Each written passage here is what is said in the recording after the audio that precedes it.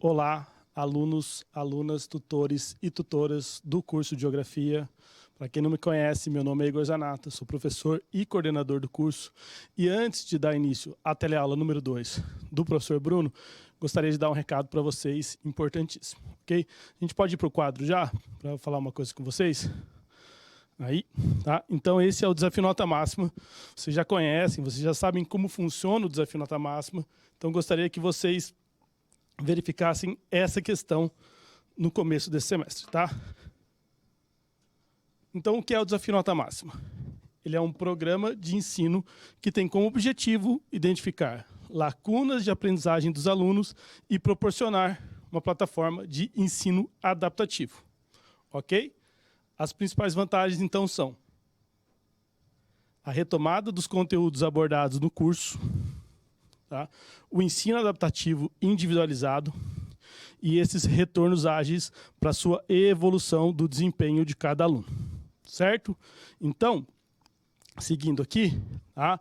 Dentro do Desafio Nota Máxima, o simulado diagnóstico é a primeira atividade que vocês vão ter lá dentro, tá? Então, é a primeira atividade que você realiza dentro da plataforma do Desafio Nota Máxima, ok? É através desse simulado que vão ser identificados suas lacunas, seus gaps de aprendizagem, e aí vai ser gerado a sua trilha e o caminho que você vai seguir no curso, tá? E dentro do DNM. Qual que é o ponto aqui que eu gostaria de destacar com vocês? O Desafio Nota Máxima é muito importante dentro do nosso sistema de ensino e do nosso sistema de avaliação. Então, eu gostaria que todos vocês começassem dentro da plataforma o quanto antes. Desde semana passada, a plataforma já está disponível a todos. Tá? Então, vocês entram lá no desafionotamáxima.com.br. Qualquer dúvida que vocês tiverem, vocês mandem para os seus tutores à distância, que eles estão preparados para atender vocês. Ou, se vocês não conseguirem fazer o login, ou tiverem algum problema com o login, entrem em contato com os polos. Tá? Então, essa plataforma vai ter as atividades realizadas lá, e essas atividades depois vão ser convertidas em pontos para dentro do Colaborar. Qual que é o outro ponto importante aqui? O Desafio Nota Máxima vale ponto, vale nota para todas as disciplinas do semestre. Ela é uma atividade transversal. Tá? Então, no final do semestre, tudo que você conseguiu dentro do DNM vai ser calculado e vai ser, então, lançado em todas as disciplinas do semestre. Por isso que é importante vocês realizarem o quanto antes. O quanto antes você começar dentro da plataforma, tá?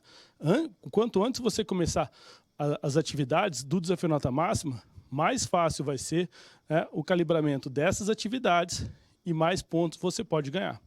Então, é uma ferramenta que nós acreditamos muito aqui, tá? Dentro do nosso sistema de avaliação.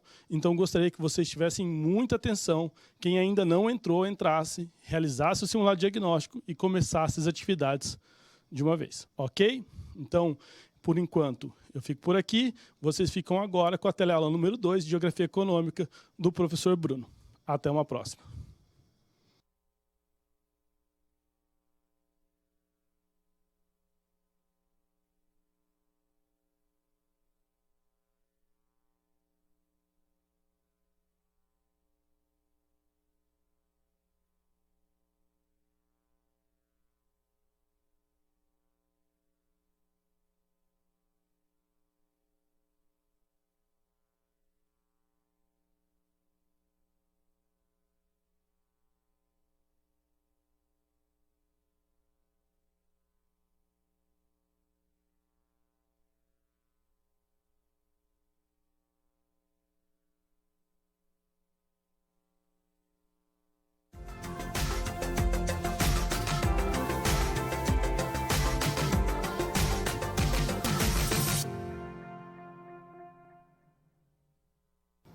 Olá, alunos, bem-vindos de volta à nossa disciplina de Geografia Econômica.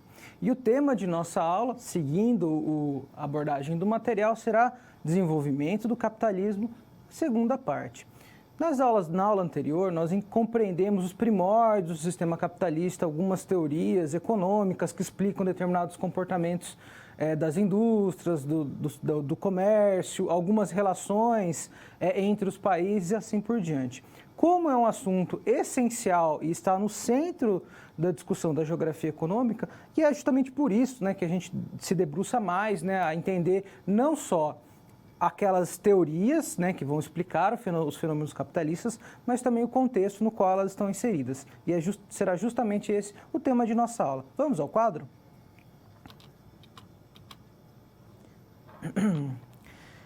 Então, trata-se da unidade de ensino 2. Como eu sempre digo, parte dos assuntos tratados nessa aula são tratados com maior detalhamento no material de vocês.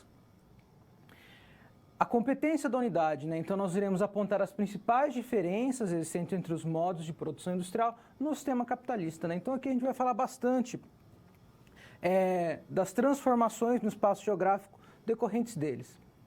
Então nós trabalharemos a Revolução Industrial e seus desdobramentos no século XX, né? Na aula anterior nós trabalhamos os primórdios da Revolução Industrial. O sistema financeiro e suas transformações, né? Principalmente aqui o papel dos fluxos, né? Fluxos principalmente de dinheiro e de pessoas. A localização e os fatores associados com a industrialização. A industrialização é um dos grandes aspectos associados ao surgimento e desenvolvimento do capitalismo. Por que isso ocorre? A atividade industrial ela demanda um certo acúmulo de capital para que ela possa ocorrer. E ela depende muito dos avanços tecnológicos. Então, a tecnologia, as mudanças nos paradigmas tecnológicos, a sociedade de consumo em massa que advirá dessas revoluções industriais que nós observaremos em nossa aula, elas estão conectadas principalmente com a atividade industrial. Então, muitos dos estudos de geografia econômica, eles acabam até se acostumando a falar da localização industrial, a atividade industrial, mesmo quando eles estudam atividades do setor terciário, por exemplo. Então, muitas das teorias elas surgem para explicar esses fenômenos industriais, mas elas também podem ser utilizadas para outras atividades econômicas. Voltemos ao quadro. E aqui, né, com palavra-chave, que é importante que vocês anotem, porque ao estudarem vocês podem voltar especificamente para essa aula. Keynes, né, John Maynard Keynes, que é um dos autores fundamentais para a economia. Nas aulas anteriores estudamos os autores liberais. Nós estudaremos uma contrarreação ao liberalismo, à economia neoclássica em Keynes. Os tipos de indústria, isso aqui é fundamental, principalmente no sentido de classificação delas. E as fases do capitalismo. E o título de nossa teleaula, Desenvolvimento do Capitalismo 2.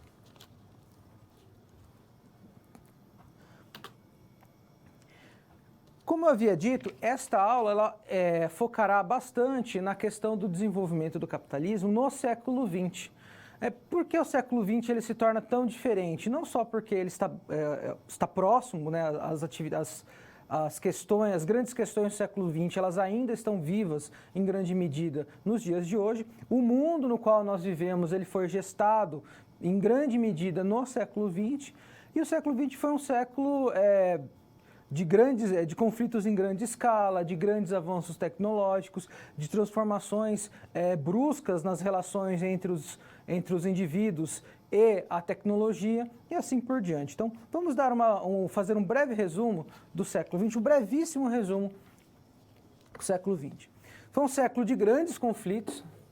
Significa que períodos anteriores foram relativamente pacíficos? Não. Os séculos anteriores, houve uma míriade de guerras, de conflitos, porém nenhum deles na escala, por exemplo, das duas guerras mundiais.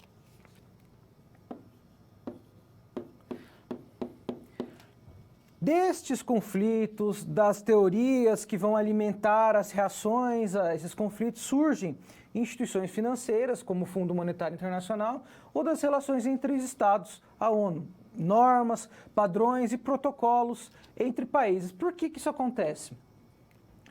A alta destrutividade, tanto da Primeira Guerra quanto da Segunda, e o período posterior da Guerra Fria, uma ameaça do holocausto nuclear, criam a necessidade de uma estabilidade internacional.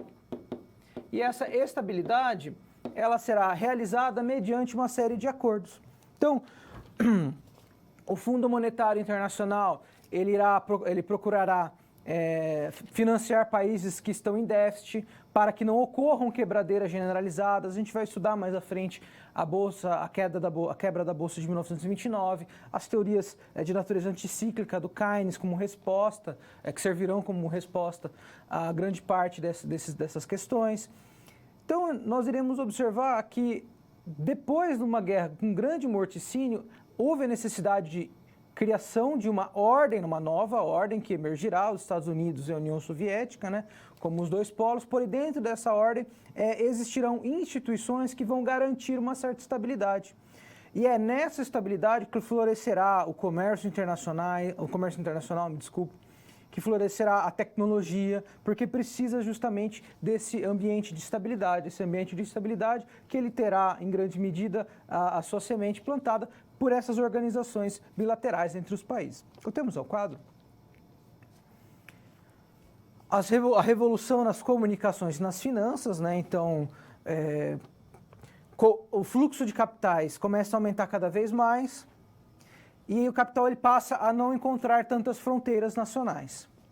Então, aumenta na velocidade dos fluxos, principalmente relacionado com a questão da revolução das comunicações e a inserção das economias periféricas no sistema mundial. Então, os países da periferia, né, aqueles países que eram considerados subdesenvolvidos, o Brasil é um deles, os países da América Latina, eles vão ser inseridos no sistema mundial, tanto como consumidores como produtores. Antes de dar continuidade à nossa aula, eu achei que seria interessante abordar a ideia de agentes econômicos. Se vocês observarem, tanto no material de vocês, quanto nos textos de geografia econômica, ou nas discussões mesmo da área de economia, o termo agentes econômicos aparecerá muitas vezes, porém existe uma certa confusão e como a geografia econômica ela sempre falará da ação dos agentes econômicos no espaço geográfico, então eu achei que seria interessante trabalhar brevemente este termo. Vamos ao quadro? Decisões de agentes econômicos têm consequências no espaço geográfico, né? Famílias, empresas, estados também são agentes econômicos, então você poderia dizer indivíduos, famílias, empresas. Farei um breve paralelo para que possamos compreender os efeitos, né, de tomada de decisões. Os agentes econômicos, eles tomam decisões. Então, uma família ela pode optar por comprar um apartamento e várias famílias optam por comprar apartamento porque estão respondendo aos estímulos do mercado que estão baixando o crédito para a compra de apartamento. Tem um efeito geral em toda a economia, aquecendo justamente o setor de construção. Ou seja, uma unidade tomadora de decisões, né, que muitas vezes com base em seus recursos, com base em seus projetos de vida, tomará decisões, tem um impacto em pequena escala, porém um conjunto tem um impacto em grande escala. Uma multinacional, um agente econômico. Se uma multinacional resolve mudar parte de sua produção de uma cidade para outra, isso tem um impacto enorme na cidade que deixará de ter esses empregos, que deixará de ter a geração de renda nessa cidade e terá um impacto positivo na cidade que receberá essa empresa. Então, as decisões são importantes. E para compreender bastante a noção de agentes econômicos, é sempre importante pensarmos em termos de incentivos e restrições, né? Existem políticas públicas que incentivam a localização de determinada indústria em determinado local, então é um incentivo. Há uma restrição, altos impostos, né, uma mão de obra com salário muito alto ou uma mão de obra não preparada para aquele tipo de atividade. Então, esses agentes econômicos eles vão tomar decisões muitas vezes baseando-se ou tendo como guia a noção de incentivos e de restrições. Voltemos ao quadro rapidamente. A organização dos espaços no sistema capitalista é feito com as necessidades de produção, reprodução e acumulação do capital. Então, entender como pensam esses caras aqui nos ajuda a compreender a própria organização do espaço geográfico. E algumas das teorias estão no coração da disciplina, analisam as relações entre a distribuição espacial e a ação dos agentes. Se vocês procurarem trabalhos na área de geografia econômica, dissertações ou tese de doutorado, muitas delas irão analisar a estratégia operacional de uma empresa X, a estratégia operacional de uma empresa Y, como que ela distribui os seus centros de produção, qual é a logística. Então, a geografia econômica ela vai servir não só para compreendermos o espaço na noção de uma crítica a esse sistema capitalista, mas também pode servir para a tomada de decisões.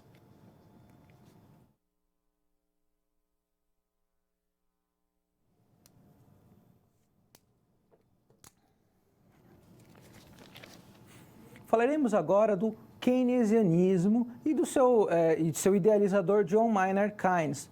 Aqui vale uma ressalva que, embora Keynes seja reconhecido como o autor das teorias keynesianas, a gente vai ver mais à frente ali o famoso estado do bem-estar social, Keynes não foi apenas um economista, ele também teve trabalhos na área de ciências sociais, ele estudou os efeitos da guerra na economia, então trata-se de um autor com uma produção que vai bem, uma produção ampla, que vai além da própria área da economia. Dito isso, vamos ao slide. Então, Keynes ele irá afirmar o papel do Estado na manutenção da estabilidade econômica. Mas, professor, por que isso? Então, o Estado nunca teve esse papel? Aqui, novamente, contexto. A noção neoclássica, ou noção liberal, a noção neoclássica, ela apontava que existia uma certa estabilidade entre a oferta e a demanda, e que determinadas crises poderiam ser resolvidas pelo próprio mercado. Em decorrência de conflitos militares, de enfraquecimento dos estados, a Primeira Guerra Mundial que trouxe um prejuízo econômico enorme, então muitos países estavam devastados pela guerra, né? Então como é que iriam esperar que o mercado recuperasse isso? Keynes irá dizer que não, que na verdade o Estado tem que se posicionar e através de seus recursos e de suas estratégias, políticas econômicas, fomentar e reacender a economia. Então, ele se insere justamente nesse contexto. E as suas ideias, elas são vivas até hoje. Se vocês procurarem, não só os debates a respeito de seus acertos, de seus erros, porém, existem autores neo-keynesianos, os autores keynesianos clássicos, que entram em disputa com esses neo-keynesianos e assim por diante. Porém, é essencial compreendermos que, assim como o liberalismo, o marxismo, o keynesianismo é uma importante escola de compreensão da economia e estará presente em muitos dos trabalhos. Voltemos ao quadro. Para ele, o capitalismo é visto como um sistema instável. E por ser um sistema instável, ele precisa de uma certa estabilidade. E essa estabilidade, ela é dada pelo Estado. Então, o Estado ele pode agir para evitar grandes catástrofes sociais. Uma das escolas mais importantes da moderna economia. E algumas ideias estão presentes no chamado desenvolvimentismo, né, que teve uma certa influência na geografia brasileira, né, que é aquele ciclo próximo de Raul Prebisch, Celso Furtado, assim por diante, que trouxeram essas ideias. Então, muitas ideias desenvolvimentistas, elas têm também influência no Brasil, principalmente através do chamado desenvolvimentismo. Então, aqui o principal conceito, a palavra-chave para compreender é a noção de welfare state, né, o famoso estado do bem-estar social, que é a base da organização de muitos países, principalmente países da Europa. Então, o que significa isso, né? Esse estado do bem-estar social, ele irá garantir uma rede mínima de proteção, né? Sistemas de saúde, subsídio ao sistema de transportes, diminuição de custos para determinadas populações vulneráveis, auxílios. Ou seja, a ideia de que o Estado ele deve garantir, né, o mínimo de sustento para manter essa sociedade, né, numa certa estabilidade e evitar justamente o caos social. Lembrando que o Keynes ele vai vir de um período entre guerras, de altas taxas de desemprego, e o desemprego tem um efeito social muito danoso no tecido social, no sentido de destruição de lares, no sentido de destruição de empresas e assim por diante. Então, as ideias do estado do bem-estar social é justamente de dar uma garantia caso ocorram crises, caso ocorram grandes catástrofes sociais. Voltemos ao quadro.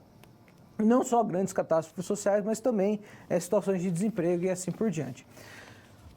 Keynes tem uma teoria a respeito do emprego, ele tem uma teoria a respeito dos efeitos da guerra na economia, porém, ele é reconhecido pelo welfare state, né, pela noção de estado do bem-estar social e a intervenção econômica. Então, ele vai se opor aos ciclos econômicos autorregulados, né, principalmente pelas forças do mercado. Então, ele vai dizer assim, o Estado ele tem que ter uma interferência, seja regulando a oferta monetária, seja direcionando os recursos de impostos. Então, ele chamava a atenção para o espírito animal do capitalismo, né, simbolizado pelo touro de Wall Street. Né, o touro ele vai destruindo tudo, muitas vezes sem se preocupar com as consequências. Então, as ideias de Keynes seriam uma forma de domar esse espírito animal. Aqui lembrando, Keynes não era um anticapitalista, mas ele entendia que o capitalismo enquanto sistema ele poderia ser mais eficiente caso essas forças do mercado, né, esse espírito animal, sempre à procura de mais lucros, de ganhos a curto prazo, esse espírito ele era de certa maneira destrutivo e o Estado ele poderia, né, deveria de certa maneira regular e tentar domar esse espírito desse touro incontrolável. Temos ao quadro. Teoria geral keynesiana diz que o emprego só pode aumentar paralelamente ao investimento, a não ser que ocorra uma mudança na propensão de consumir. Então, para ele, o investimento estatal, seja em obras de infraestrutura, seja em atividades econômicas, ou seja, mexendo com a questão dos incentivos, para quê? Para que essa população consiga manter a propensão para consumo. E assim por diante, entendendo, né, que uma das molas propulsoras do sistema capitalismo é justamente a questão do consumo, consumo de massa. Então, essa população com uma certa estabilidade, ideias como o pleno emprego também estão associadas às ideias keynesianas, e esses indivíduos irão justamente consumir mais e manter a máquina em circulação.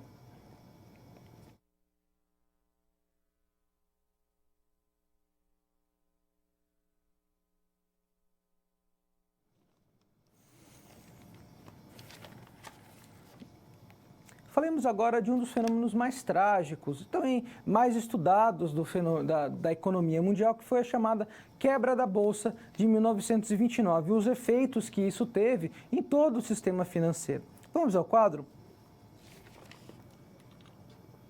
Então, a crise de 1929 foi essencialmente uma crise de superprodução. Então, ou seja, a quantidade de produtos em estoque era muito alta e a quantidade de compradores ela não conseguia acompanhar essa quantidade de produtos. Então, por ser uma crise de superprodução, isso ocasionou na Bolsa de Valores uma queda de diversas ações, foi levando uma quebradeira generalizada e causou um imenso caos social, tanto nos Estados Unidos, se espalhou por todas as partes do globo. E foi uma das primeiras grandes crises que puderam ser analisadas e que tiveram efeitos em diversas partes do globo. Teve efeito no Brasil, efeito no Japão, e cada país vai tentar, né, circular uma série de medidas para conter os efeitos dessa crise. Voltemos ao quadro. Então, se antes havia uma menor intervenção do Estado e uma maior desregulamentação, principalmente do setor financeiro, aqui aparecerá a figura do Keynes, a figura das ideias keynesianas, que já estavam em circulação. A quebra da Bolsa tem impactos mundiais. Então, vocês podem ver a imagem, a fila de desempregados durante a Grande Depressão, como foi chamado também. Depressão no sentido de depressão econômica. O mercado acionário ele vai entrar em colapso, né? O número de desempregados passa de 4 milhões para 13 milhões em 1930. Tá? O número representava 25% da força de trabalho do país. Lembrando que isso aqui no caso dos Estados Unidos, né? Ali no primeiro quarto do século XX, que a população era bem menor também. Esta crise levará ao New Deal, né? Ou seja, a tradução direta seria novo acordo, né? Ou seja, o que é esse novo acordo? Então, haverão regulamentações do setor financeiro, haverão incentivos estatais para as atividades econômicas e assim por diante. Então, é a famosa intervenção estatal. Adoção das ideias keynesianas, né? Então o Keynes ele será fundamental, aqui ele aparecerá como um grande salvador, vamos dizer assim, será o grande vencedor por conta dessa crise. O Estado devendo influenciar a capacidade produtiva, o aumento de gastos públicos, né, como obras e ampliação da oferta de trabalho. Ou seja, a ideia é manter a mão de obra trabalhando e consumindo. Visar o desenvolvimento econômico que pudesse existir justamente de modo sustentável. O Brasil não ficou alheio a essa crise de 1929, com uma queda no preço do café, produto que representava 71% das exportações brasileiras. Isso aqui tem um efeito em toda a cadeia produtiva, desde o comprador do café, aquelas fazendas que viviam exclusivamente do café. o Estado passa a intervir controlando o preço do café, então ele vai comprar os grãos e queimar para garantir a estabilidade financeira desses grandes fazendeiros. Lembrando que aqui, né, esses fazendeiros, eles tinham também uma grande influência política, né? Então, de certa maneira, conseguiu-se, né, que houvesse uma medida em seu favor. Getúlio Vargas, né, o presidente à época, vai injetar recursos na economia de forma a estabilizar o ambiente econômico. Então, são os grandes projetos nacionais, eles surgirão aí, muitas das ideias intervencionistas, elas ganharão corpo. E existem até os dias de hoje, né? Políticas de instalação de polos, questões relacionadas à qualificação da mão de obra e assim por diante, elas vão surgir bastante nesse período. Os acordos entre os patrões, os trabalhadores, a aliança com o poder político, centrado na figura de Getúlio Vargas, elas surgem justamente nesse período e, de certa maneira, né, vão dar um restart, né, vão reiniciar esse ciclo econômico no caso brasileiro. Porém, como vocês puderam ver, a influência política dos grandes fazendeiros garantindo a compra de seus grãos para que essas fazendas, esses grandes fazendeiros não fossem à falência. Temos ao quadro? E aqui o tratado, Tratado de Bretton Woods. Então, como eu havia dito, foi um período de grande instabilidade econômica, 2 guerras mundiais. Havia antes um padrão ouro, ou seja, o ouro a moeda era lastreada, né, em ouro. Para cada moeda havia uma representação, um equivalente em ouro, que vai promover uma maior estabilização cambial. Então, moedas diferentes puderam ser trocadas a partir desse sistema. Facilitaram as negociações comerciais entre as nações. Com a Primeira Guerra Mundial, diminuição de reservas de ouro nos países, principalmente por os países chamados centrais, né, aqueles países da Europa envolvidos no conflito. A Segunda Guerra e o esforço de guerra, chamado esforço de guerra, centralizar quase todos os recursos do Estado para a guerra, vai levar à adoção do padrão dólar. Então, o dólar será a grande moeda fiadora desse sistema internacional. O câmbio vai se tornar ajustável, né, em relação em relação ao dólar, a criação do Banco de Desenvolvimento e do FMI, que vão justamente garantir essa estabilidade, evitar esta quebradeira que levou à crise de 1929, por exemplo. Nesse período, observará uma maior integração dos mercados, que vão contribuir para a estabilização econômica e reconstrução dos países mais afetados pela guerra. Aqui é interessante realizar algumas considerações. Se vocês observaram, nesse interim, quem que sai beneficiado? Os Estados Unidos, eles saem com os grandes vencedores, no sentido em que eles conseguem trazer a sua moeda nacional como moeda de reserva internacional. Então, todas as moedas precisarão ser trocadas por dólar. Então, a referência será justamente o dólar. Então, a figura...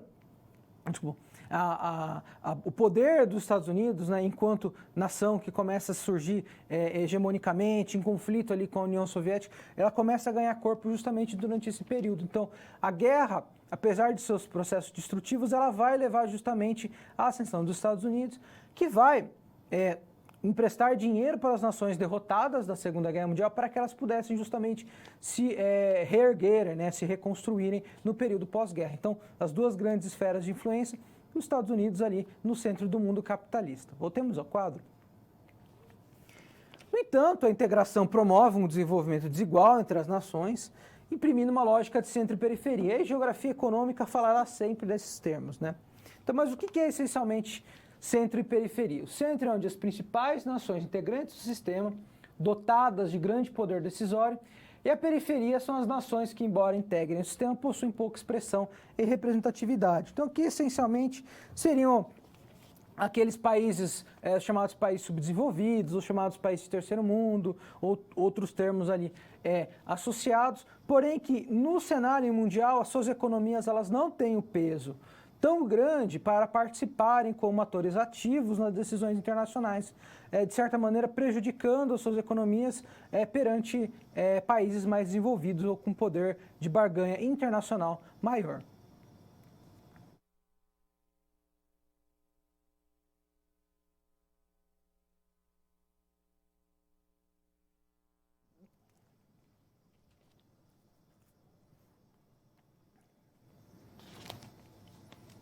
Falemos agora da chamada terceira revolução industrial e um dos paradigmas a ela associado, que é justamente o sistema toyotista, que que é nomeado justamente por conta de seu idealizador, né, Sugihiro Toyota, que ele vai justamente trazer novas formas de organização do tempo, de organização da produção industrial. E essas novas formas de organização industrial farão parte da chamada terceira revolução industrial. Vamos ao quadro? Aqui lembrando, né, que as revoluções industriais elas partem sempre de uma grande quebra de um paradigma tecnológico ou um paradigma organizacional. E o sistema toyotista, como o próprio nome sistema, ele implica uma hierarquia, implica um sistema, aspectos cíclicos, implica também uma organização. Esse sistema ele busca a máxima eficiência da produção por meio de um aprimoramento no sistema de controle de qualidade. Então a qualidade será fundamental.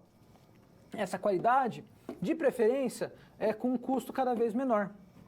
A ideia do just in time, né, que é aproximar a oferta da demanda, evitando assim o acúmulo de estoques, né? Aqui lembrando que na medida em que isso é verdadeiro para qualquer pequeno comerciante, se ele tem um estoque muito grande de produtos, e esses produtos não são consumidos e ele compra é responsável pela compra desses produtos, ele acaba tendo que arcar com prejuízo. Dentro dessa abordagem just in time, como aproxima mais a demanda da oferta, evita a superprodução de produtos que não serão consumidos. Voltemos ao quadro. O sistema Kanban, né, que é um sistema de gerenciamento inteligente que visa a catalogarização do estoque para a posterior comercialização. Isso aqui, em grande medida, são aqueles avanços, considerados avanços em relação ao sistema fordista e ao sistema taylorista.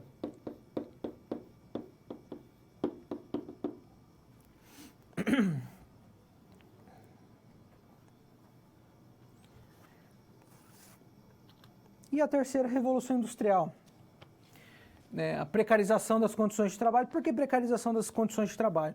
O processo da terceira revolução industrial, os paradigmas ali existentes, elas tornam muitas vezes aqueles empregos mais tradicionais da indústria, os torna mais vulneráveis. Então, aquela ideia dos funcionários que ficam 20, 30 anos numa empresa, ela se torna cada vez mais escassa. Há uma maior flexibilização, abertura de novas vagas de emprego, porém muitas dessas vagas, às vezes, elas são efêmeras, elas levam facilmente ao desemprego, né, para as pessoas que optam por essas carreiras, principalmente. Então, não havendo essa precarização das chamadas relações de trabalho. Então, a carga de trabalho muitas vezes aumenta, existe uma maior competição por empregos. Então, aquela ideia dos empregos tradicionais, da linha de produção, cada pessoa conhece a sua função, também se modifica na medida em que se torna flexível. Então, um determinado trabalhador tem que conhecer quase todas as etapas da produção e assim por diante. Voltemos ao quadro. Associado ao que? Associado à própria tecnologia, ao avanço tecnológico nas comunicações, vai permitir essa maior eficiência da alocação dos recursos e também da própria alocação do trabalho. Ela facilitará os fluxos de informação. As inovações tecnológicas possibilitarão uma nova reorganização espacial da produção, ou seja, por conta do aumento na velocidade, não só da internet, mas de transporte, você pode levar parte da sua produção para a China, parte da sua produção para a Indonésia e depois voltar essa produção, por exemplo, para o Brasil. Ganhando o quê? Ganhando com as chamadas vantagens comparativas, né? Ou seja, determinada localidade oferece vantagens em termos de mão de obra mais barata. Então vamos para aquela localidade, porque este capital ele já não vai ter tantas barreiras. E aqui não há necessidade de proximidade da indústria com a matéria-prima, né? Nos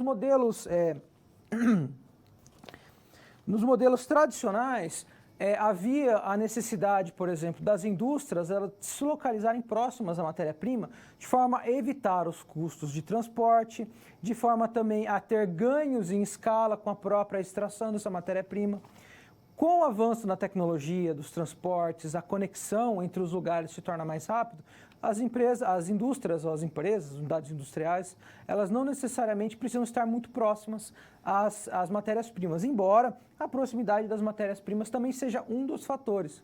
Mas se a proximidade da matéria-prima perde, por exemplo, por um alto custo de mão de obra, então compensará essa empresa se distanciar alguns quilômetros, pois ela vai ganhar justamente com salários mais baixos. Um outro aspecto também para pensarmos o próprio fluxo e a revolução apresentada, se observarmos o dia a dia de um grande empresário na década de 40, ele irá acordar, irá para as suas empresas fiscalizar os seus gerentes, fiscalizar essa produção.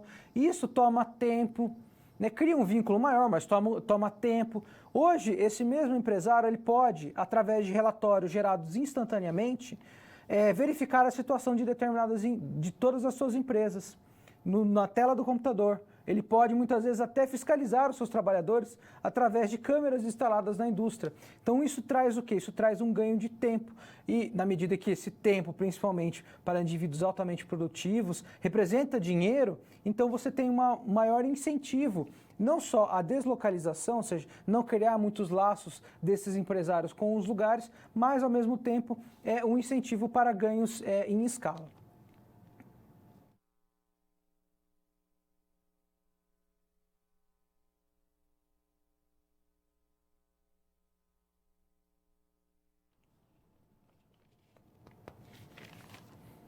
Vamos agora à resolução de nossa situação-problema. Nossa situação-problema, cujo nome é as dinâmicas econômicas do interior.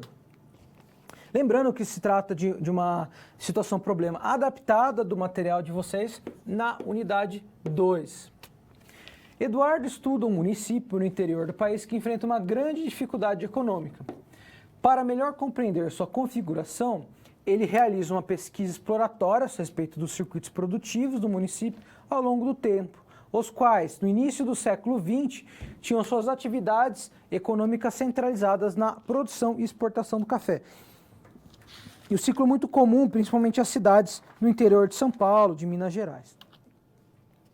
Com a crise mundial de 1930, ou seja, que ele está dando um histórico do desenvolvimento econômico da cidade, desencadeada pela Bolsa de Valores, como nós estudamos, o preço do produto despenca vertiginosamente no cenário internacional, levando o município a enfrentar uma grave crise estrutural com grandes proporções na esfera econômica e social, ou seja, desemprego em massa, esse desemprego sem salários ou o achatamento dos salários com o nível de consumo diminui, o comerciante perde dinheiro e assim por diante. Quando a principal atividade econômica perde valor, há uma necessidade de promover uma reorganização da base produtiva, que foi o que muitos estados fizeram. E aqui no nosso exemplo, atrelado a uma forte política intervencionista pautada na promoção da industrialização. A industrialização era o grande quê do desenvolvimento industrial brasileiro na década de 30 e 40, assim, até a década de 70. Sob a égide do governo Getúlio Vargas, um governo fortemente intervencionista, o município ganha novo fôlego com a inserção de uma indústria do setor têxtil no território. Chega uma grande indústria, empregos. Com a instalação da fábrica, o território ganha novas feições, distanciando-se da característica rural predominante no período passado. Ou seja, você tem o que aqui? Tem um maior fenômeno de urbanização.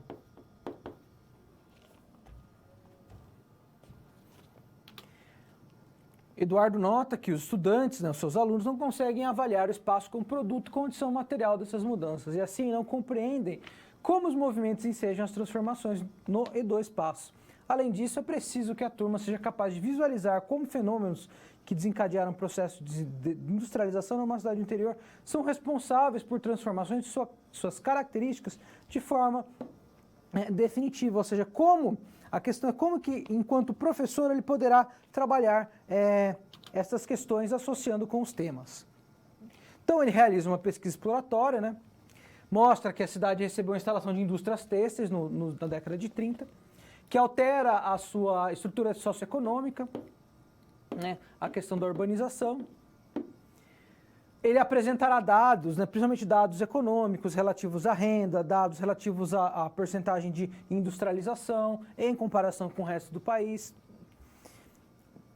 E essas atividades são responsáveis pela transformação de suas características de forma definitiva, mas entendendo de forma definitiva aqui como aquela forma concreta, visível, atual. Para tanto, né, o Eduardo se utiliza de uma aula de campo, você vai levar os alunos a campo, ferramenta pedagógica também conhecida como estudo do meio, apresenta muitas possibilidades para o docente, já que permite uma experiência diferenciada quanto comparada à tradicional aula intramurros. Para pensar como movimentos ocorridos no seio do sistema capitalista de produção ensejam tais transformações no espaço, é preciso permear os estudos exploratórios, que oferecem uma compreensão de como aquilo se visualiza na paisagem do ponto de vista material. É entendido a partir das dinâmicas que se estabeleceram ao longo do tempo.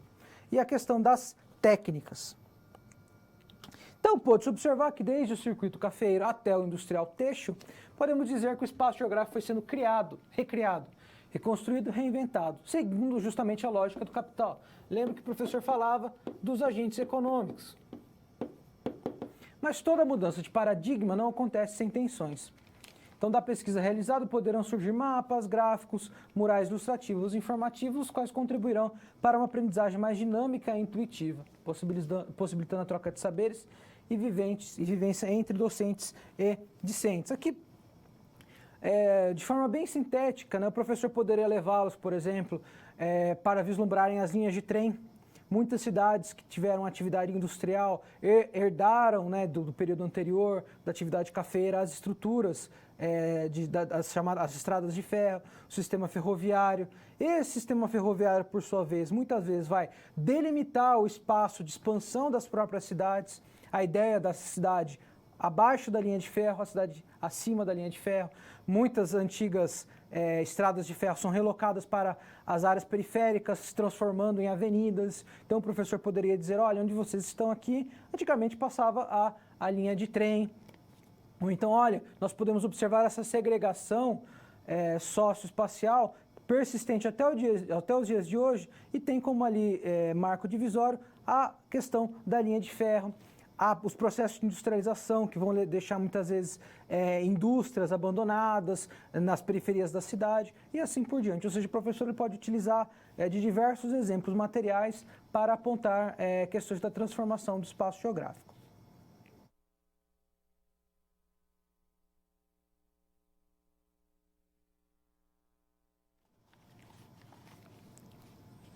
Vamos agora a um breve momento de perguntas.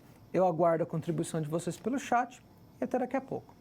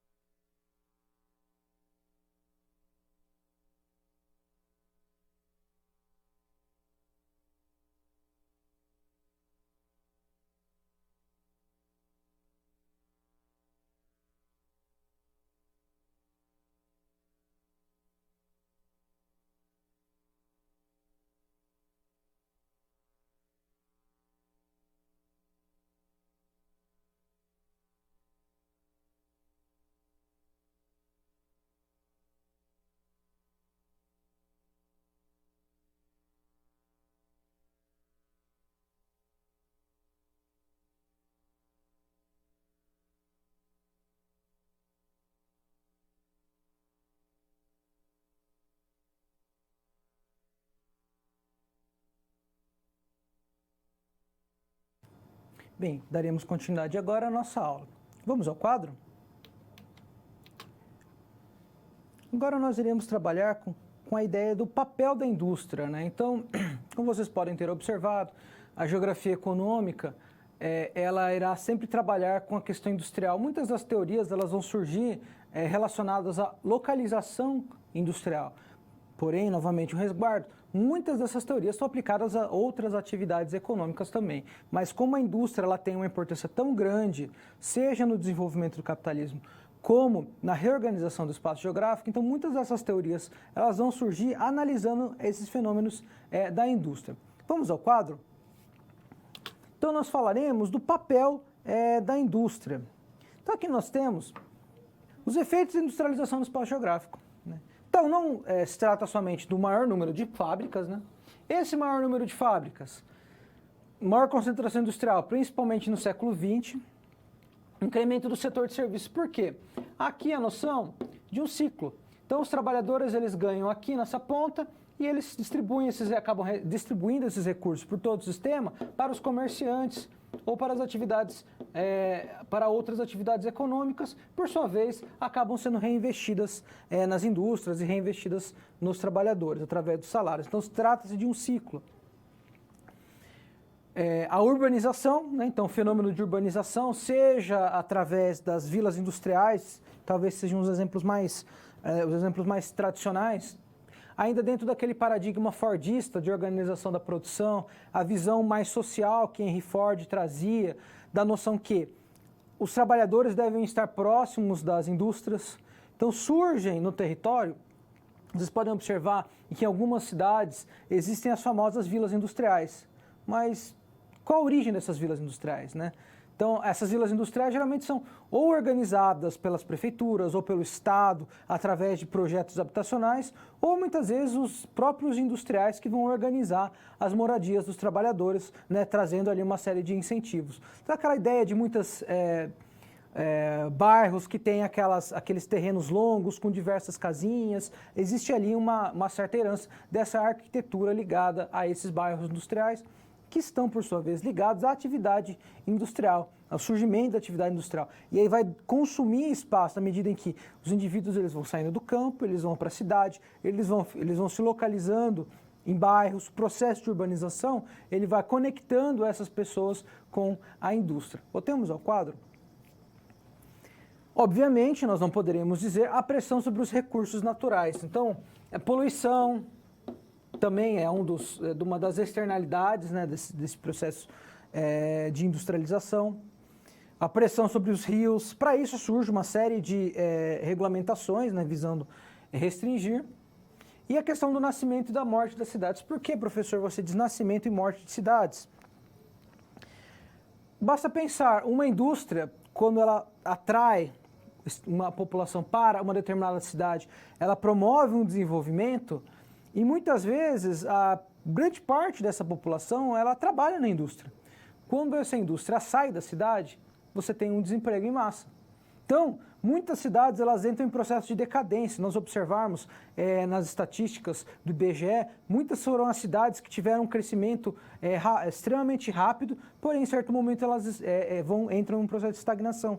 Por quê? Porque nesse processo de estagnação ele tem início quando as indústrias ou uma indústria importante sai da cidade. Então, acaba interrompendo esse círculo virtuoso que eu havia descrito ali atrás. Voltemos ao quadro.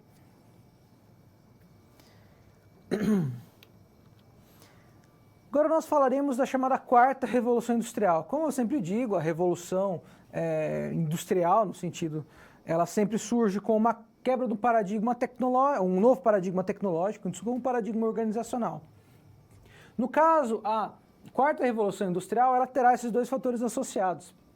Principalmente, aqui a palavra-chave para lembrarmos, né, seria tecnologia. É a era das informações, como eles colocam. Então, há uma transformação abrupta das formas de organizações sociais, pois a inserção das tecnologias avançadas altera consubstancialmente nossa forma de nos relacionarmos com o ambiente. Então, a tecnologia ela passa a mediar as relações sociais. Quando a tecnologia ela passa a mediar as relações sociais, você tem uma série de efeitos no tecido social ou seja, os indivíduos eles não passam a se conectar fisicamente, eles mediam isso através de celulares, através de e-mails, através de outras formas de comunicação, porém isso também tem um efeito em escala. Então, um empresário pode administrar sua empresa longe dessa empresa, numa grande cidade. Os custos de transporte eles vão diminuir cada vez mais. As atividades econômicas elas vão se diversificando a tal ponto que muitas vezes não há uma estabilidade para determinadas famílias, em que os chefes de família muitas vezes eles ficam pouco tempo no emprego, então não permite que essas famílias tomem decisões a longo prazo. Isso tem um efeito na própria poupança nacional. Então, são questões associadas a essa quarta revolução industrial, que estão ligadas justamente os aplicativos de transporte, por exemplo, seria um exemplo clássico dessa relação, ou seja, novos empregos, a precarização de empregos antigos, surgimento de novas atividades e as constantes mudanças tecnológicas que vão fazer com que os indivíduos sejam sempre focados, né, sejam sempre estudando, se adaptando e se readaptando. Voltemos ao quadro. Então, ela terá três aspectos, né, os aspectos físicos, né, a incorporação de diferentes formas químicas na confecção de produtos para a indústria, por exemplo. Então, a indústria passa a ser mais eficiente, ela passa a ter até por conta de regulamentações ambientais, ela passa também a incorporar mais elementos químicos. E também, né, esses elementos químicos, muitos deles prejudiciais aos seres humanos. A questão digital, né, a ampliação da funcionalidade do celular sendo incorporado no campo da educação, saúde, entre outras. Vocês estão assistindo essa aula no polo ou em suas casas, né, vocês já estão participando dessa quarta revolução industrial. E os aspectos biológicos, né, a chamada biotecnologia, que levanta muitos questionamentos éticos, utilizada como hábil ferramenta para o tratamento de doenças congênitas e de difícil enfrentamento, assim como o uso de inteligência artificial. Aqui eu trouxe até uma charge, né, que dá a respeito da quarta revolução industrial, né, que eles estão sempre falando qual é a quarta revolução, a próxima quarta revolução industrial. Justamente por quê? Porque nós vivemos essa revolução industrial, nós estamos no meio dessa revolução industrial e as transformações estão ocorrendo muito rápido. E como as transformações elas ocorrem muito rápido, então antigos sistemas de organização social que tinham às vezes 80, 100 anos, são substituídos por sistemas de organização que às vezes têm 10, 15 anos e são substituídos por outros que têm 5, 10 anos. Então esse aumento de fluxos, esse incremento na capacidade tecnológica trará uma série de efeitos, principalmente sobre os empregos. Temos o quadro?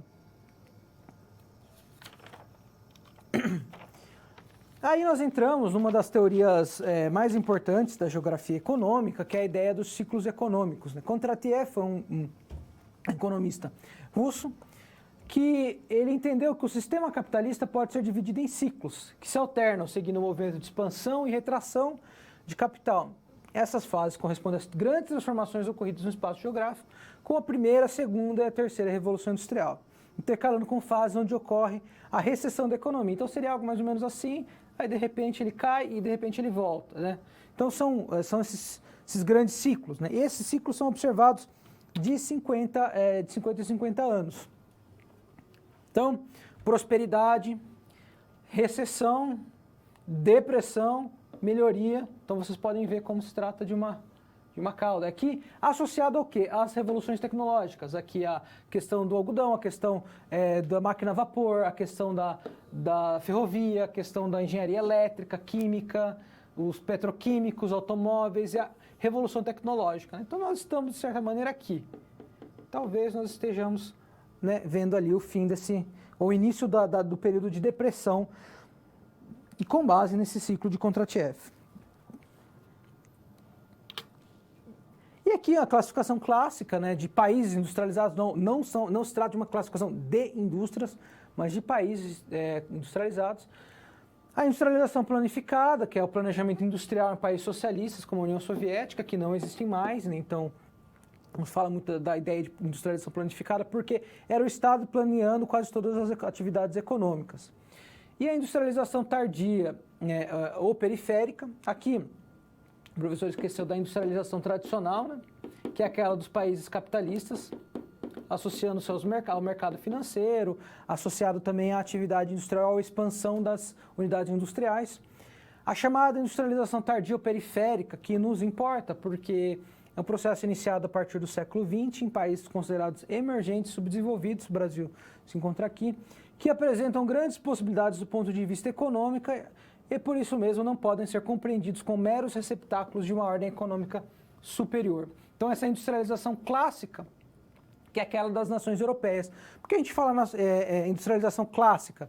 Essa industrialização clássica ela será um acúmulo de tempos diferentes, de avanços tecnológicos, sedimentação, né, das sociedades. Então, ela é um acúmulo de capital contínuo, enquanto nas sociedades emergentes esse acúmulo não tem esse histórico. Então, eles procuram justamente solucionar esses problemas através de uma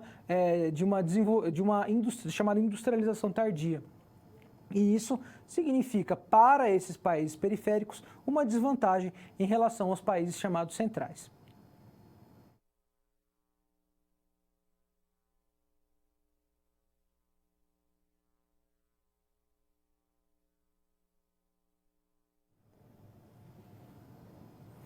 No coração do entendimento da geografia econômica, dos principais trabalhos de geografia econômica, a noção de localização industrial é importante. Por quê?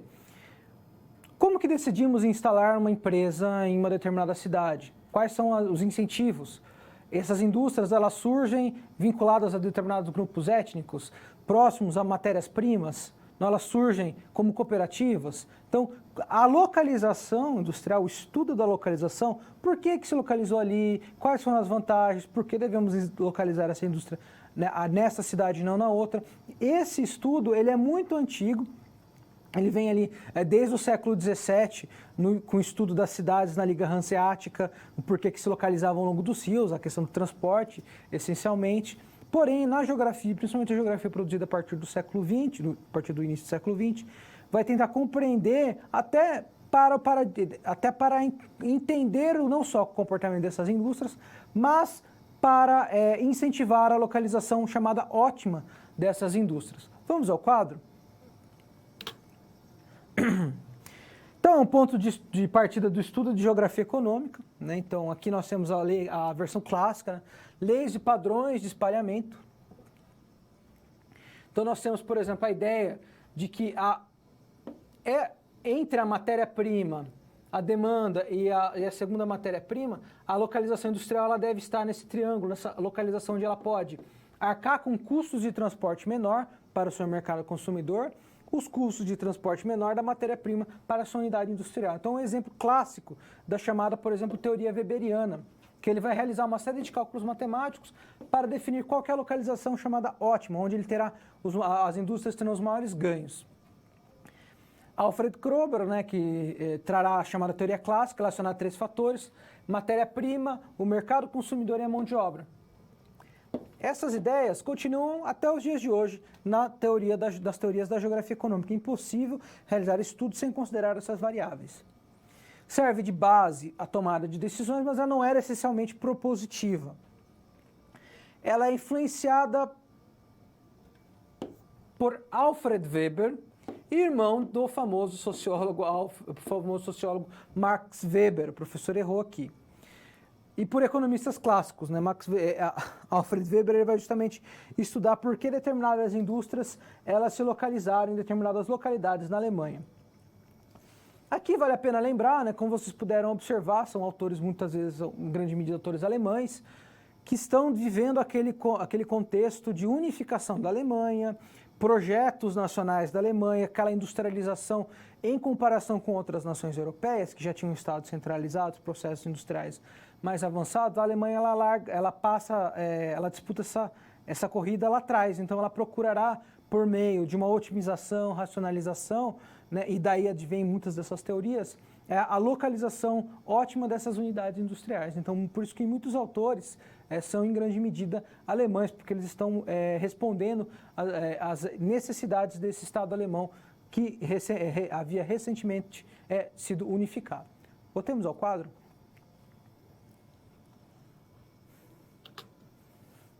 Então, aqui, de 1940 a 1970, nós temos uma noção de uma geografia econômica mais aplicável, a comparação entre a riqueza das nações. Então, aqui a localização industrial, ela ganhará novos ares, ou seja, ela passará cada vez mais a ser vista como algo global. Há aqui uma influência também da geografia nova, né, dos modelos de distribuição das atividades econômicas. A questão do problema do desenvolvimento desigual. Por que isso surge? Né? Aqui a gente está falando essencialmente também da geografia econômica, né, e o seu contexto de resposta. Então, surge o problema, não é que surge um problema do desenvolvimento desigual. A questão do desenvolvimento desigual ela se torna mais evidente. Desde Perroux, François Perroux, que é um economista francês, ele irá observar que o desenvolvimento no sistema capitalista ele se dá de forma desigual. Determinados lugares são mais importantes que outros, atraem mais atividades industriais que outras. Então, esse desenvolvimento ele não é igual dentro de países desenvolvidos industrialmente. E no caso de nações periféricas, ele é ainda mais desigual, porque ele está muitas vezes associado a uma má distribuição de renda. Então, surge essa preocupação por parte dos economistas e por parte dos geógrafos de compreender esses fenômenos de industrialização tardia, de subindustrialização e propor algumas medidas para remediar essa situação. Temos ao quadro. E aqui é uma abordagem marxista muito forte, influenciada principalmente por David Harvey, a chamada geografia crítica. No Brasil nós teremos em Milton Santos, um grande representante dessas ideias, procurando pensar essa questão da distribuição de riqueza.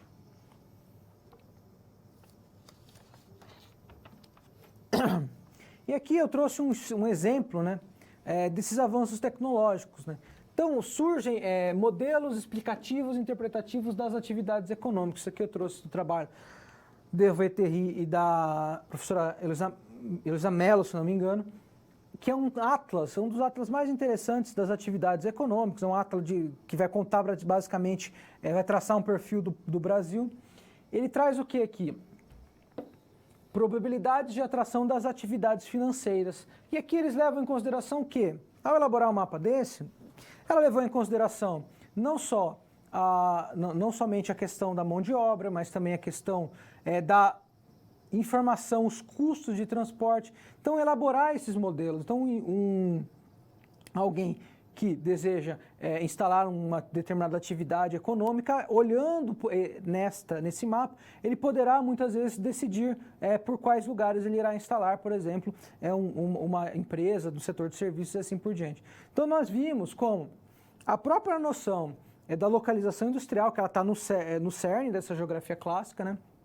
Portanto, seria interessante nós compreendermos essa parte da nossa aula como a geografia econômica, né, uma trajetória da geografia econômica a partir dos seus princípios, no qual a localização industrial é fundamental, até esses novos modelos estatísticos muito influenciados pela geografia nova, que vão trazer essas informações e espacializá-las. E a partir disso, o Estado poderá tomar decisões e as empresas também poderão tomar decisões.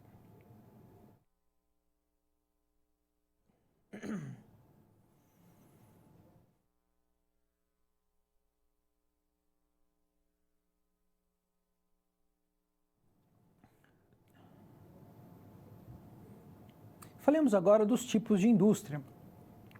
Como todas as atividades econômicas, nós podemos subdividi-las em diversos tipos, seja para fins de taxação, né, ou seja, cobrança de impostos, seja para a classificação dessas empresas quanto a impacto ambiental ou potencialidade, né, por parte de bancos para empréstimos ou investimentos e assim por diante. É importante compreendermos os diferentes tipos de indústria.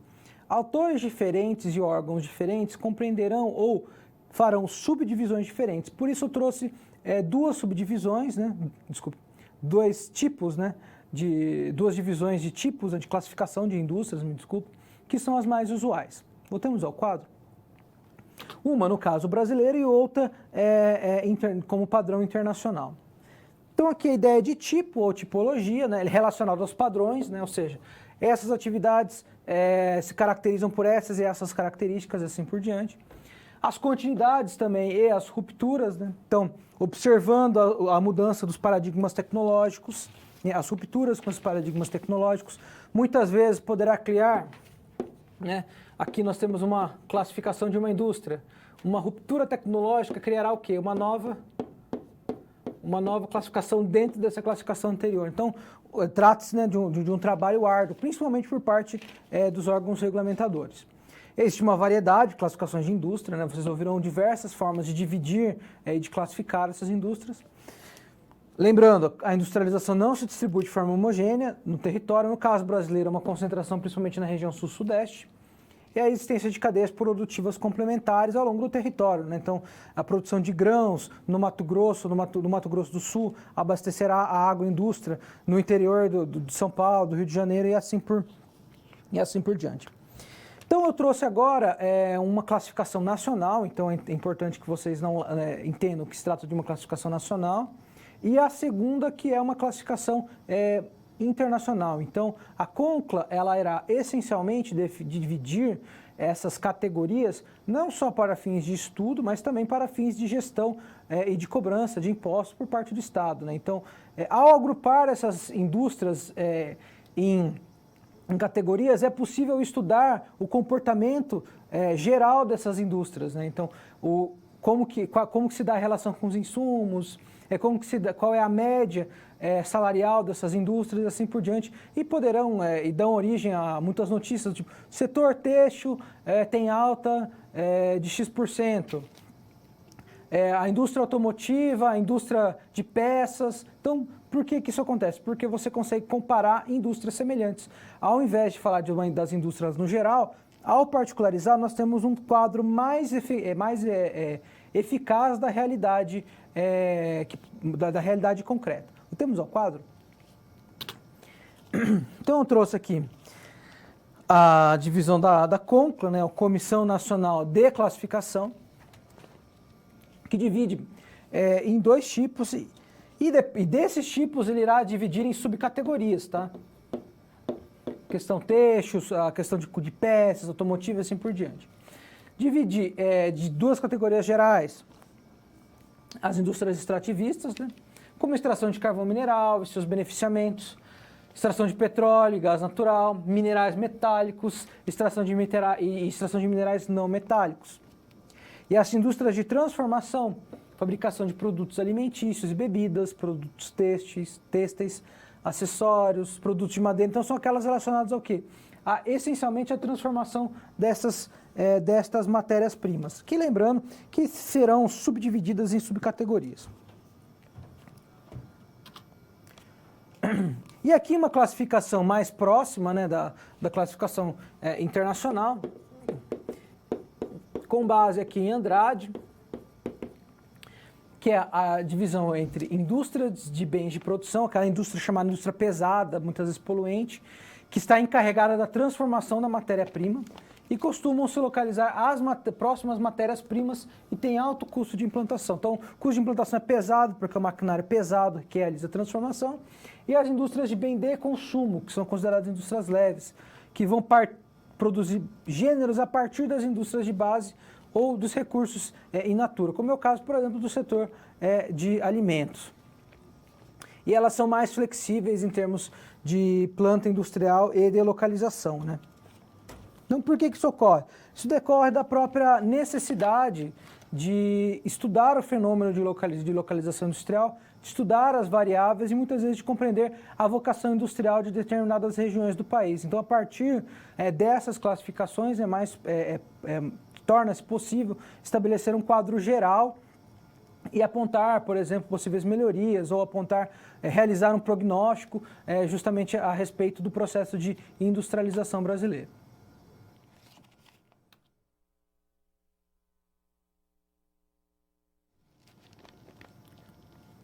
Vamos agora à resolução de nossa situação-problema.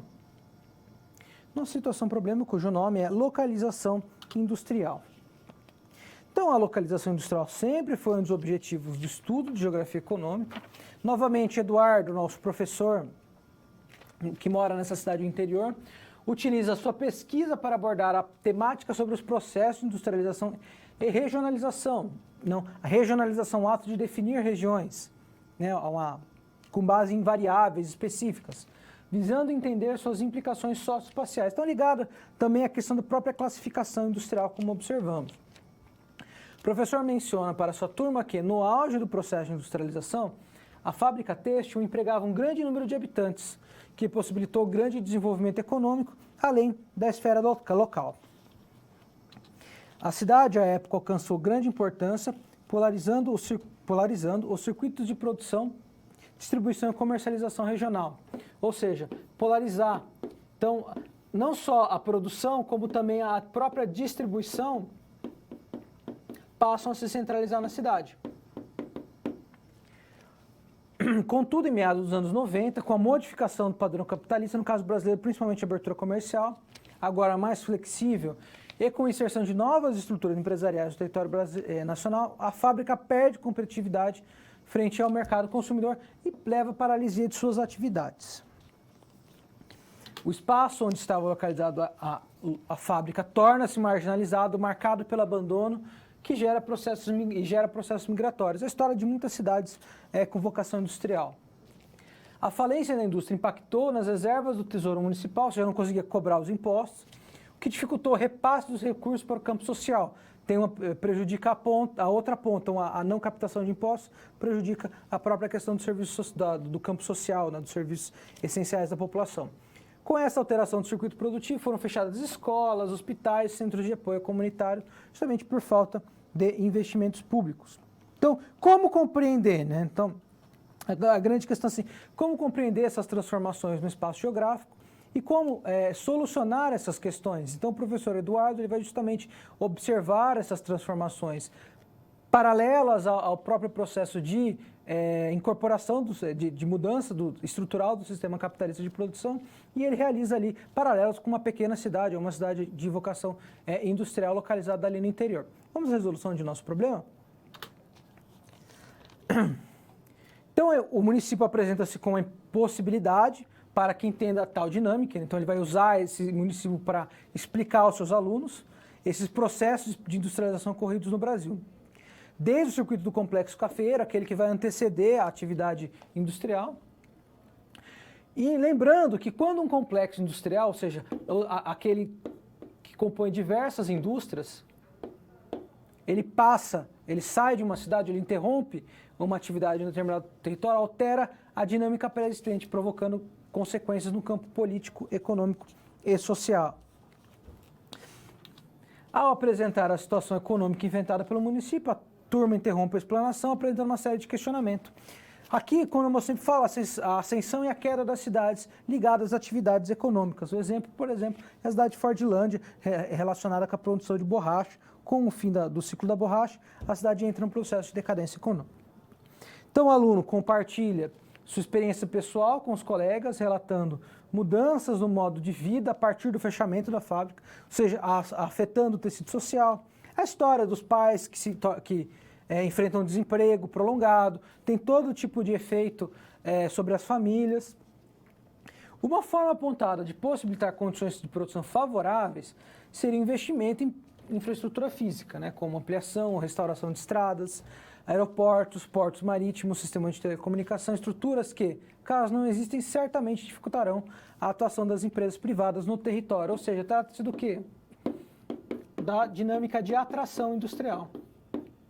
Então, essa atração industrial, ela levará em consideração estes aspectos e levará também em consideração aspectos relativos à própria força de trabalho. A organização da força de trabalho, muitas empresas preferem força de trabalho não tão organizada ou não sindicalizada, porque seus custos para o empregador se tornam mais altos. A questão das matérias-primas, os incentivos, o ambiente fiscal das prefeituras muito endividadas, elas costumam recorrer ao aumento de impostos às indústrias, então as indústrias elas vão ver com maus olhos a localização em cidades que já se encontram endividadas. A existência dessa infraestrutura, né, como o próprio aluno contribuiu, né, a importância dessa infraestrutura para dar suporte, servir como chamariz, que está ligada à noção de atração industrial, ou seja, aqueles componentes que atraem a indústria e aqueles outros elementos que vão fazer com que essa indústria saia dessa cidade ou que essa indústria decida não se localizar ali.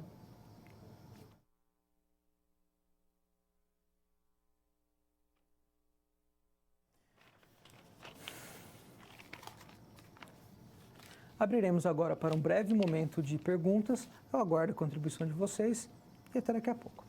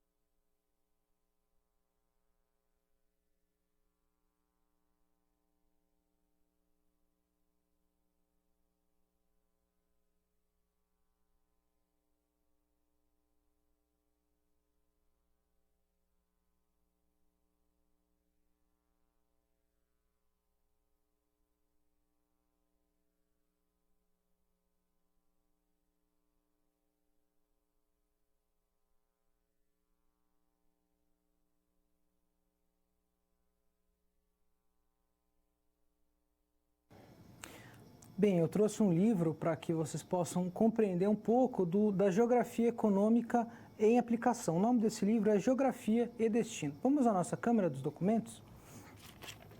Então, trata-se de um livro produzido por economistas e geógrafos, no qual eles se utilizarão de uma série de abordagens da geografia econômica e também da economia, em que aqui o que é interessante, eles irão abordar não só os efeitos da geografia, as condições que o espaço geográfico dá para a localização de determinadas atividades econômicas, como também realizarão prognósticos a respeito da América Latina. Então, trata-se de um livro bem interessante para compreendermos a potencialidade da América Latina em se inserindo, ou deixando de ser considerada a periferia do sistema capitalista. Então, trata-se de um livro muito interessante que vale a pena para aqueles que se interessam principalmente pela questão do subdesenvolvimento latino-americano. Vamos agora a um breve recapitulando.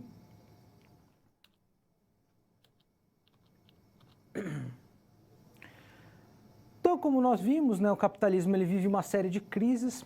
Essas crises elas têm como resposta diversas teorias econômicas e políticas econômicas, muitas delas para conter creches de bolsas ou para conter grandes períodos de depressão econômica, como vimos, por exemplo, na crise de 1929, e a relação na resposta com base nas teorias keynesianas, ou seja, os intelectuais eles estão observando esses fenômenos e fornecendo respostas e meios de solucionar grandes conflitos sociais. Temos ao quadro. Em segundo lugar, teorias econômicas elas vão possuir princípios e respostas diferentes aos problemas econômicos, Então, enquanto os liberais estão focando mais na questão da autorregulação dos mercados, os keynesianos eles vão se voltar para a ação do Estado. Então, trata-se também de uma batalha de ideias, em que, em determinados momentos, pende mais para um lado e mais para o outro, e que essas escolas de economia, muitas vezes, elas compreendem os próprios princípios da economia de forma diferente. Voltemos ao quadro. E o desenvolvimento do capitalismo introduziu novas formas de organização social e trabalho. Então, isso terá efeito no espaço geográfico, Aquele exemplo dos bairros e das vilas industriais, o processo de urbanização e assim por diante. Os organismos internacionais que se tornam essenciais para o equilíbrio do sistema internacional, evitando o quê? Evitando uma quebradeira. Aqui nós podemos citar o Fundo Monetário Internacional como sendo um dos principais. Bem, essa foi a nossa aula. Na nossa próxima aula, nós iremos abordar a geografia das indústrias do Brasil. Então, será bem interessante, porque vocês irão observar como essas teorias abordadas nessa aula têm as suas respostas e têm a sua manifestação dentro da geografia econômica, da geografia industrial brasileira. E também nós iremos lidar com algumas potencialidades, com alguns problemas clássicos dessa industrialização brasileira e algumas formas de como solucioná-los. Espero que vocês tenham gostado de nossa aula e até a próxima.